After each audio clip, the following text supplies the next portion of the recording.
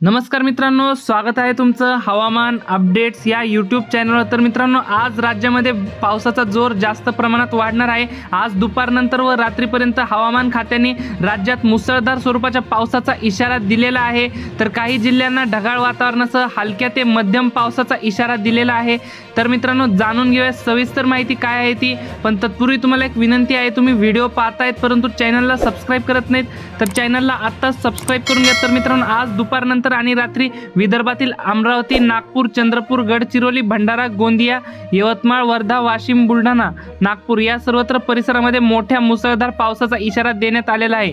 तसेच कोकण पट्ट्यातील मुंबई, ठाणे, पालघर, रत्नागिरी, रायगड, सिंधुदुर्ग, राजापूर, सावंतवाडी, कल्याण, डोंबिवली, वसई, विरार आणि मध्य महाराष्ट्रातील पुणे, सातारा, सांगली, कोल्हापूर, सोलापूर, पंढरपूर या परिसरातील ढगाळ वातावरणासह हलक्या ते मध्यम स्वरूपाच्या पावसाचा इशारा आज दुपारनंतर आणि रात्रीपर्यंत देण्यात आलेला आहे।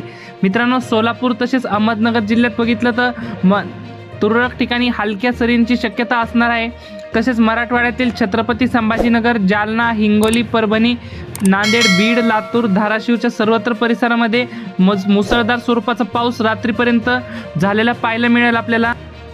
उत्तर महाराष्ट्रातील नाशिक, मालेगाव, नंदुरबार, धुळे, जळगाव, चाळीसगाव आणि मनमाडच्या सर्वत्र परिसरामध्ये आज रात्री आणि उद्या देखील तुरळक ठिकाणी हलक्या ते मध्यम स्वरूपाच्या पावसाचा इशारा देण्यात आलेला आहे।